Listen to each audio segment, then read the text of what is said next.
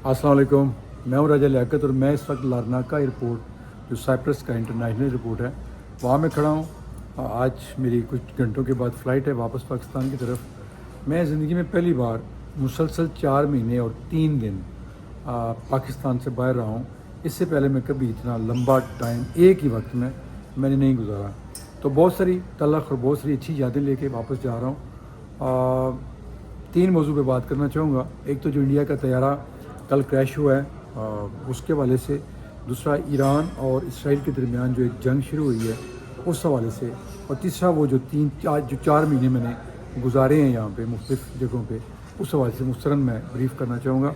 सबसे पहले तो मैं अफसोस का इज़हार करना चाहता हूँ जो इंडिया के अंदर एक तैयारा क्रैश हुआ है गुजरात के अंदर, जिसमें 242 मुसाफिर सवार थे और उनमें 11 मासूम बच्चे भी थे जिन्होंने भी दुनिया देखनी थी, जो भी पूरी तरह दुनिया में आए नहीं थे और दुनिया से चले गए।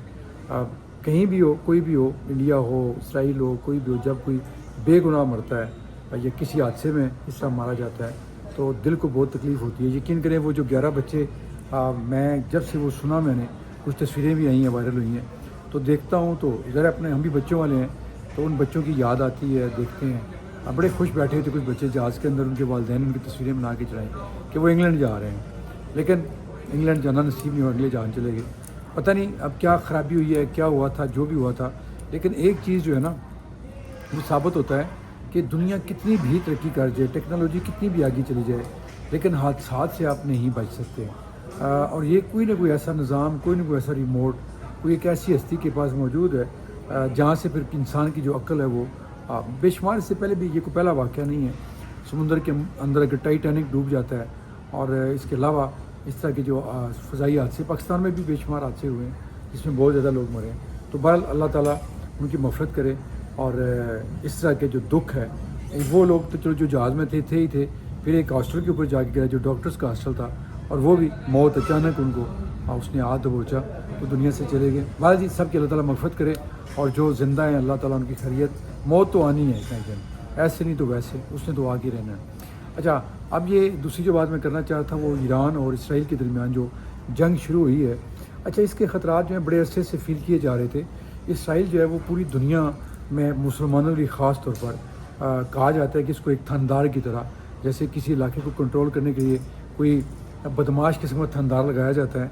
हमारे पाकिस्तान में और इंडिया में इस तरह के कल्चर मौजूद हैं। इंडिया में तो नहीं, पाकिस्तान में है कि जब इलेक्शन होते हैं तो चुन चुन के ऐसे लोग लगाए जाते हैं जो उस इलाके के लोगों को कंट्रोल करते हैं। तो इसराइल को अरब मुल्कों के दरमियान इसलिए ही शायद परवान चढ़ाया गया है और इतना स्ट्रॉन्ग किया गया है, जिसके पीछे अमेरिका की पूरी मुकम्मल पुष्पनाही हासिल है कि वो मुसलमान मुल्कों को कंट्रोल में कर सकें। ये मुसलमान मुल्कों की बदकिस्मती है कि भुट्टो ने कोशिश की थी, फिर भुट्टो को फांसी लगा दिया गया। उसके बाद इसी तरह यासर अरफात थे या लिबिया के मोहम्मद कज़ाफ़ी थे, जितने भी लोग थे, जिन जिन लोगों ने मुसलमानों को एक प्लेटफॉर्म पर जमा करने की कोशिश की, उनका अंजाम बड़ा इबरतनाक हुआ। और कभी भी मुसलमान मुल्कों के अंदर इत्तफाक नहीं हो सका। शिया को सुन्नी के ख़िलाफ़, सुन्नी को शिया के ख़िलाफ़, वहाबी ये जो फ़िरके बाजी करके इनको एक दूसरे के ख़िलाफ़ लड़ाया जाता रहा है। ब्लॉक्स बनाए गए, कभी रशियन ब्लॉक है, कभी अमेरिकन ब्लॉक है, अब तो चाइना भी आ चुका है बीच में। तो ये देखते हैं क्या होता है। इस वक्त जो है वो बड़ी एक मुजरिमाना मैं समझता हूँ कि खामोशी है इस्लामिक वर्ल्ड के अंदर कि इसराइल जो है वो मुकम्मल बदमाशी पे उतरा हुआ है। और अमेरिका का सदर तो खुल के कह रहा है ट्रम्प कि अगर ईरान ने इस पर रिटेलिएट किया, ईरान ने अगर जंग की तो हम इसराइल का साथ देंगे। लेकिन किसी भी मुसलमान मुल्क को अभी तक तो कम अज़ कम ये जुर्रत नहीं हुई कि वो ये कह सके कि इसराइल ज़्यादती कर रहा है और इसराइल की ज़्यादती के लिए हम ईरान के साथ खड़े हैं। ईरान हमारा हमसाया मुल्क है, आपको पता ही है कि ईरान के अंदर या अफ़गानिस्तान के अंदर जब भी कोई किसी किस्म का कोई बड़ा वाक़या होता है तो उसके असरात जो हैं वो ला महला पाकिस्तान के ऊपर पड़ते हैं। तो अब भी कल से मैं सुन रहा हूँ कि वहाँ पे बड़ा रेड अलर्ट जारी है। लेकिन दूसरी तरफ हमारे जो आर्मी चीफ़ हैं वो इस वक्त अमेरिका के दौरे पर, आज जब मैं यहाँ खड़ा ये विला कर रहा हूँ तो मेरा ख्याल है वो जा चुके होंगे। उनको इन्वाइट किया गया स्पेशल, उनकी कोई मिलिट्री की एग्जीबिशन हो रही है तो हाफिज़ मुनीर साहब वहाँ गए हुए हैं। मेरा ज़ाती ख्याल ये है कि जब ये इसराइल का हमला हुआ था तो उनको मदद कर लेनी चाहिए थी। एक तो ज़ाहिर है इसके साथ हमारे मुल्क में आने हैं जंग के, और वैसे भी अगर ईरान के साथ हमारा हमसाया मुल्क है तो उसके साथ अगर इज़हार यकजहती के ये दौरा मनसूख कर दिया जाता तो ज़्यादा बेहतर होता। बहरहाल अमेरिका की बात चली है तो मैं 10 दिन अमेरिका में रह के आया हूँ 24 تاریخ کو میں گیا تھا پچھلے مہینے کی، اور پھر میں 4 تاریخ کو واپس آیا یہاں پہ، 5 کو پہنچا تھا یہاں پہ۔ اس دوران مجھے New York, Washington D C اور نارتھ کیرولائنا 3 شہروں میں یا 3 اسٹیٹس کے اندر جانے کا اتفاق ہوا ہے وہاں پہ۔ اور اس سے پہلے میں تقریباً 10 یا 12 دن کا میرا وزٹ تھا یہاں سائپرس سے نیدرلینڈ سے پھر جرمنی سے فرانس سے پھر میں یہاں واپس آیا تھا۔ تو اس دوران جتنے بھی میرے دوست جتنے بھی وہاں پہ مجھے ملتے رہے، جو میرے ہوسٹ تھے، جن میں صغیر بھٹی صاحب ہیں، نصیر بھٹی، عمران ہیں، آگے چلے جائیں تو چودھری صاحب میرے بڑے اچھے دینا والے چودھری صاحب، پھر فرانس میں رانا محمود صاحب، اور اسی طرح امریکہ میں جتنے بھی دوستوں نے میری اپنی فیملی کے لوگ تھے تو وہ تو چلے، ان کا کیا شکریہ ادا کرنا ہے، لیکن باقی جتنے بھی دوست تھے، ساجد کین سے بھی ملاقات ہوئی، میرے گاؤں کے شیبی راجہ سے بھی ملاقات ہوئی، قاسم باجوہ صاحب سے جو لاہور کے رہنے والے ہیں ان سے بھی نیو یارک میں ملنے کا اتفاق ہوا۔ تو ان تمام دوستوں کا، چودھری ریاض صاحب، جتنے بھی لوگ مجھے ملے، میں ان کا شکریہ بھی ادا کرتا ہوں۔ اور میں پھر یہ کہتا ہوں کہ ان ملکوں کا جو میں نے یہ وزٹ کیا، سے پہلے بھی میں جاتا رہتا ہوں، لیکن یہ بڑا ایک طرح سے ہنگامی وزٹ تھا، میں تھک بھی گیا بہت زیادہ۔ تو میں جو چیز دیکھتا تھا کسی ٹرین پہ سفر کرتے ہوئے، بس پہ یا جہاز پہ سفر کرتے ہوئے، کہ ان لوگوں کے اندر یہ جو ترقی نظر آتی ہے، یہ جو اتنے ایڈوانس ہوئے ہیں، تو اس کی وجوہات کیا ہیں؟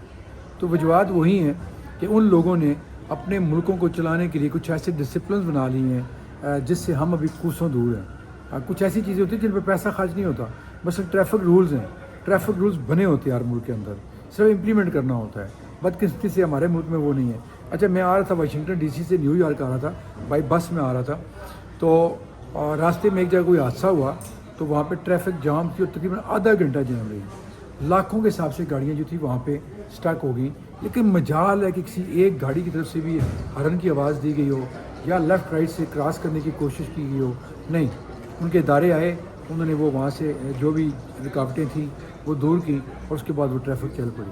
لیکن وہ لوگ صبر کرتے ہیں، انتظار کرتے ہیں، کہ ان کو پتہ ہوتا ہے کہ ہڑبونگ مچانے سے مزید مسائل پیدا ہوں گے، مزید ٹریفک جو ہے وہ رک جائے گی۔ اب یہ بظاہر ایک چھوٹا سا ملک ہے ہمارا، یہ جو سائپرس، اب یہ بھی میرا ملک ہے کیونکہ میں یہاں کی ریزیڈنسی ہے، تو یہ بھی ہمارا ہی ملک ہے۔ تو یہاں میں دیکھتا ہوں کہ چھوٹا سا ملک جس کی اپنی آبادی کو 9.5-10 لاکھ ہے، لیکن یہاں پہ ہر سال تقریباً 5 ملین یعنی 50 لاکھ کے قریب لوگ آتے ہیں یہاں پہ، اور ٹورسٹ آتے ہیں۔ لیکن اس کے باوجود بھی اگر دیکھیں تو یہاں یہ بسیں جو ایئرپورٹ کے باہر قطار در قطار آپ دکھا سکیں گے جی، یہ تو دور لمبی لائن ہے جو ٹورسٹ کو لے کے آتی ہے اور ٹورسٹ کو چھوڑ کے جاتی ہیں۔ اسی طرح اس کی چاروں طرف بڑی بڑی پارکنگز ہیں، ادھر جہازوں کی پارکنگ ہے یہ ہمارے پیچھے۔ تو ہر چیز میں ڈسپلن ہے، صفائی ہے، کسی قسم کا کوئی یہاں پہ شور شرابہ نہیں ہوتا، کوئی وائلیشن نہیں ہوتی کسی قسم کی۔ لیکن یہی چیزیں ہیں جو ہمیں اپنانے کی ضرورت ہے تاکہ ہم بھی ان قوموں میں شمار ہو سکیں، ان ملکوں میں شمار ہو سکیں جو ترقی کر رہے ہیں، جو آگے جا رہے ہیں۔ ہماری بدقسمتی یہ ہے کہ جب سے میں نے ہوش سنبھالا ہے، میں مطلب اپنی زندگی گزار ہی چکا ہوں، اب تو آخری جو زندگی کے سال ہوتے ہیں وہی ہمارے پاس، لیکن ایک حسرت رہی ہے کہ ہمارے ملک میں بھی امن ہو، سکون ہو، لوگوں کو روزگار ملے، میرٹ ہو، سفارش کی ضرورت نہ پڑے۔ لیکن افسوس کے ساتھ کرنا پڑتا ہے کہ ہر گزرتے سال کے ساتھ حالات خراب سے خراب تر ہوتے گئے ہیں۔ ٹھیک ہے، جن کے پاس پیسہ ہے، جن کے پاس وسائل ہیں، جن کے کانٹیکٹس، میں ذاتی طور پر کہوں تو مجھے تو پاکستان میں کوئی مسئلہ نہیں ہے، میں تو اپنی لائف کو بڑا انجوائے کرتا ہوں وہاں پہ پاکستان کے اندر، میرے سارے کام ہو جاتے ہیں۔ لیکن کیا یہ ہونا چاہیے؟ یہ ایک سب سے بڑا سوال ہے کہ ہر اس بندے کا بھی کام جو میرے گاؤں کا اقبال پٹی ہے، اس کا بھی کام بغیر سفارش کے ہونا چاہیے، اور جو پاکستان کا بڑے سے بڑا کوئی بزنس مین ہے، بڑے سے بڑا تگڑا آدمی ہے، اس کا کام بھی میرٹ پہ ہی ہونا چاہیے۔ لیکن افسوس، لیکن دعا کرتے ہیں ہم اپنے ملک کے لیے، اپنے ملک کی عوام کے لیے۔ آپ ہماری دعا کیجیے گا۔ آ رہا ہوں اپنے پاکستان میں، پاکستان زندہ باد۔